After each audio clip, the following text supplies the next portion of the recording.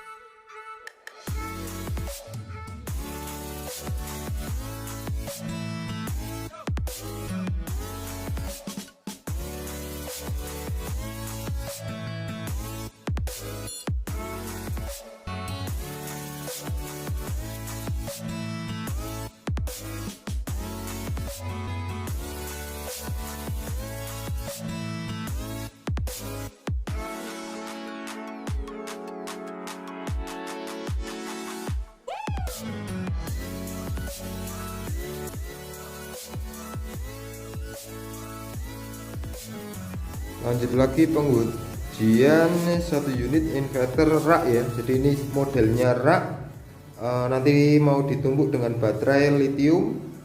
Jadi sudah bisa satu set di rak. Ini pesanannya Mas Benjamin dari Jawa Tengah. Ini untuk tampilannya dengan spek 48 volt 5000 watt. Terminal terdapat di belakang. Ini terminal sudah kita kasih keterangan, beban, PLN, PV, baterai, jalur sudah terkonek semua. Ini menggunakan inverter low frekuensi 24 MOSFET, ada bak kapasitornya juga, ada MPPT-nya juga, dan dilengkapi juga dengan SPWM Atmega, serta dilengkapi lagi dengan ATS mode sinkronus. Sini kita akan menjelaskan untuk sistem kerjanya, karena ini barang custom jadi harus kita jelaskan. Nah, ini untuk switch kita on kan dulu. Ini MCB auto soft start. Jadi untuk baterai lithium biar nggak protect, dia harus ada soft startnya dulu. Oke, kita on kan MCB soft start. Kita tunggu beberapa saat. Setelah tegangan stabil, baru kita on kan yang gede. Oke, yang kecil di off kan. Lanjut ke switch on off. Kita mau melihat dulu on off nya. Oke, ini inverter udah on. Nah, di inverter ini menggunakan SPWM Atmega. Ini untuk menu kita juga akan tunjukkan. Tekan. Oke ya, ini pertama ada on off, jadi bisa hidup matinya di sini, bisa dijalankan lewat ini on, yang ini off. Menu ke satu auto off, jadi ini untuk batasan bawah baterai. Kita buat 46 volt, dia mati. Nah, ini auto on, onnya kita buat 49 volt akan on lagi. Jadi saat menyentuh batas bawah 46 nanti akan on lagi di 49. Ini over DC, jadi ini DC batas atasnya kita buat 59 volt. Di saat tegangan baterai menyentuh 59, sistem juga akan off. Adjust voltase, jadi ini voltase input yang masuk bisa kita sesuaikan dengan baterai yang terpasang. Ini udah kita sesuaikan ya, 49 volt. AC volt, nah, ini volt outputnya mau dibikin berapa, ini kita buat di 220 volt. On timer, jadi ini timer on, saat terjadi proteksi dia akan on lagi terjeda 3 detik. Nah, idle fan ini untuk RPM kipas, jadi posisi standby dia mau on continue di berapa persen, nanti saat suhu panas baru dia akan meningkat. Buzzer on, jadi buzzer ini untuk mengetahui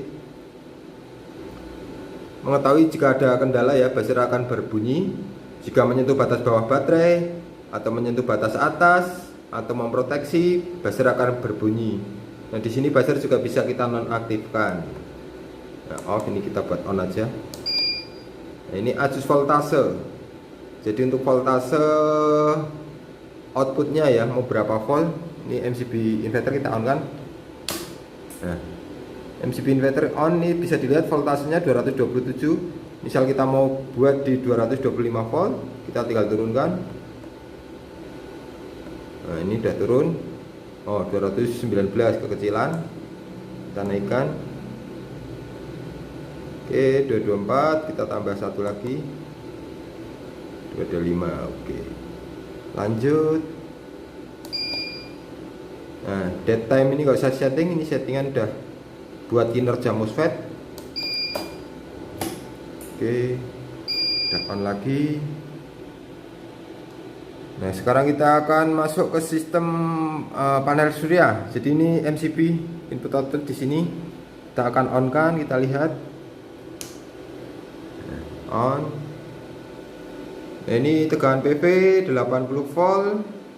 Turun karena udah ke load. Ini kapasitas charger dari panel surya 1000 watt dengan arus kerja. Nah, ini tegangan baterai 50 volt. Ini ya 50,1, di sini juga 50,3. Jadi nanti bisa di menu ke berapa tadi untuk menyamakan voltase baterai di sini sama di sini. Ini dengan arus charging 20 ampere. Ini ada MCB dari PLN, kita on kan juga. Oke. Di sini adalah indikator aktif. Aktif ini dari inverter, jika berwarna merah berarti inverter off. Nah, ini indikator output. Jadi output sekarang adalah inverter. Ini output. Nah, PLN, dia sudah berpindah ke PLN karena tegangan baterai menyentuh. Nah, itu bisa dilihat di LED di LVD, dia menyentuh batas bawah atau merah. Nah, sedangkan ini prioritas di inverter. Tapi kondisi baterai low, dia langsung berpindah ke PLN melalui mode sinkronus. Oke, kita akan lihat juga cara mengaturnya. Di ini batas bawah kita emang kasih. Nah, ini harus pakai lidi atau apa ya. Ini batas bawah 49, batas atas 51. Nah, batas atasnya kita turunkan di tegangan baterai sekarang. Yang bawah dulu kita turunkan. Tahan. Oke, udah berkedip langsung pindah. Nah, kita taruh 48 volt. Jadi saat tegangan menyentuh 48, dia akan berpindah ke PLN. Dan nanti saat menyentuh batas atas 51, kita turunkan di 50 volt. Udah berkedip, tekan lama langsung pindah sebelahnya ya. Oh, kebalik.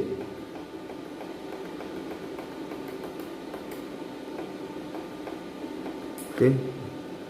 Jadi 50 volt. Jadi nanti saat menyentuh 50 volt dia akan berpindah ke inverter lagi.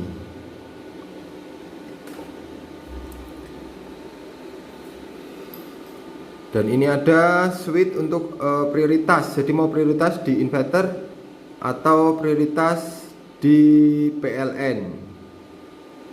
Misal kita prioritaskan di PLN, inverter hanya bekerja sebagai backup saat PLN padam. Dan jika kita prioritaskan ke inverter, yang kerja utama adalah inverter. Dia akan berpindah ke PLN saat tegangan baterai menyentuh setting di LVD ini. Dia akan baru berpindah ke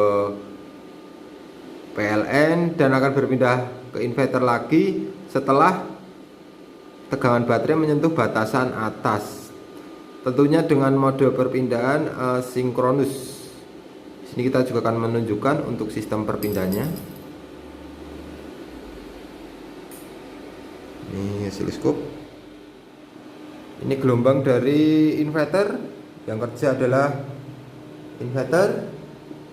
Kita akan arahkan posisi switch ke PLN. Oke, dia ada proses untuk sistem sinkronnya.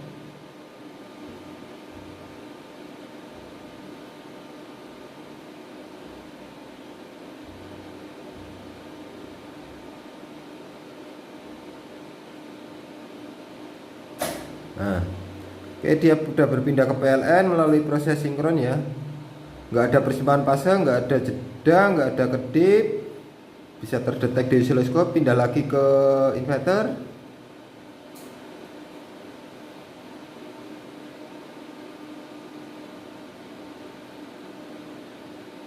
Nah, dia ada jeda lagi untuk proses sinkronus, menyinkronkan fase antara PLN dan inverter. Oke, bisa dilihat di osiloskop nggak ada persimpangan fase, sudah berpindah lagi ke inverter. Sekarang kita akan mencoba untuk uji load beban. Ini tekan load 500 watt, 800. Oke, off. Nah, ini karena dia tadi menyentuh batasan bawah dan PLN off. Itu LVD kita off kan dulu. PLN off, dah off. Oke, di restart ya. Jadi saat LVD ada blank, LVD ini sensitif. Jadi saat dia terkena tegangan yang gak stabil, dia tentu akan blank. Kita caranya mengaktifkan lagi, kita restart sumber input. Oke, ini kita udah lepas untuk jalur PLN karena kita mau melihat dulu untuk hasil load yang di mesin ini mampu berapa watt. Yuk, 800. Oke, 1800, 2600. Tahan dulu, kita akan lihat gelombang output di osiloskop masih mulus. Kita naikkan lagi 3400 watt. Oke, mulus. Nah, ini dia hampir menyentuh 4028. Tambah lagi. Nah, ini dia hampir menyentuh batas bawah baterai di limit yuk, atas.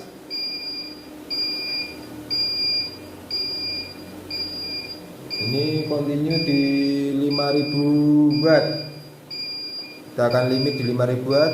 Jadi saat hampir menyentuh batas bawah, oke, off. Hampir menyentuh batas bawah, buzzer akan berbunyi ya, buzzernya. Jadi dia mengindikator saat tegangan baterai drop hampir menyentuh proteksi bawah, buzzer akan berbunyi. Lanjut kita untuk pengujian short output, menguji proteksinya. Jadi cukup bagus juga untuk sistem proteksi yang ada di SPWM Atmega ini ya. SPWM Atmega udah dilengkapi bak kapasitor juga. Jadi kapasitor ini untuk menghandle beban-beban kejut, beban-beban induktif,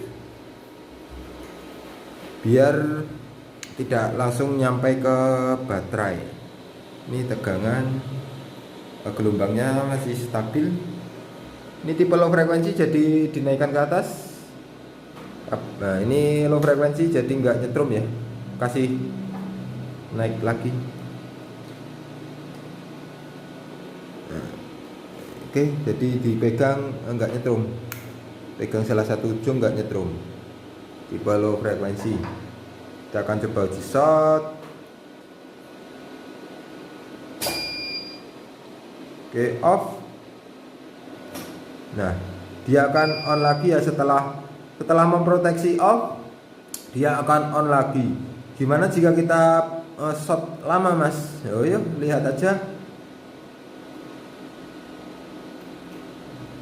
Kita akan short lama seperti apa responnya.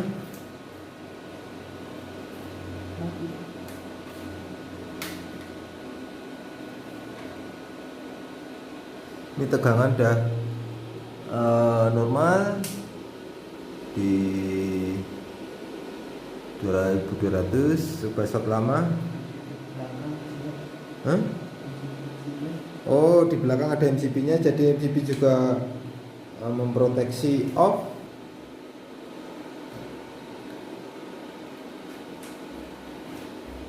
Jadi semua memproteksi tadi. MCB protect off. Ini SPWM juga protect off.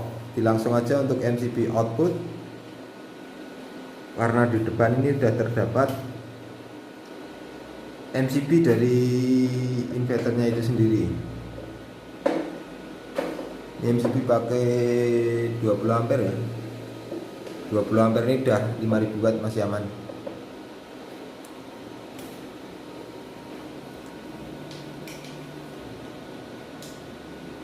Naik. Oke, short lagi. Terus short terus. Nah ini terdeteksi AC error. Oke ya. Kalau AC ya, dia tetap proteksi. Oke, dilepas. Nah, saat dilepas dia akan kembali stabil lagi. Ini ya Mas, untuk sistem pengujian, sistem proteksi, sistem sinkronusnya, dan cara kerjanya sudah kita jelaskan. Nanti jika kebingungan bisa tanyakan ke admin kita. Sekian, terima kasih. Salam Aspro Jogja.